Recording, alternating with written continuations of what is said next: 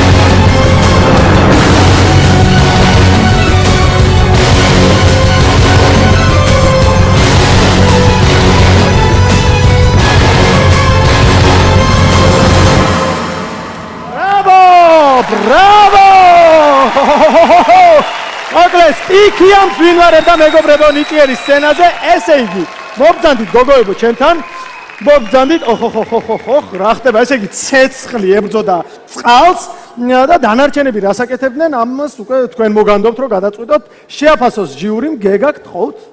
არაჩვეულებრივი იყო მართლა, ძალიან ლამაზი და ელენ ორიენტალიც და ეს გოგოებიც გამოირჩევიან, მე ყოველ ჯერზე ძალიან ემოციური და არაჩვეულებრივი სანახავთ, რომელიც მე მგონი ნებისმიერ მაღალი დონის საერთაშორისო შოუს დაამშვენებდა, რომლის გახსნასაც. დიდი მადლობა. ძალიან მადლობა გეგას, ია.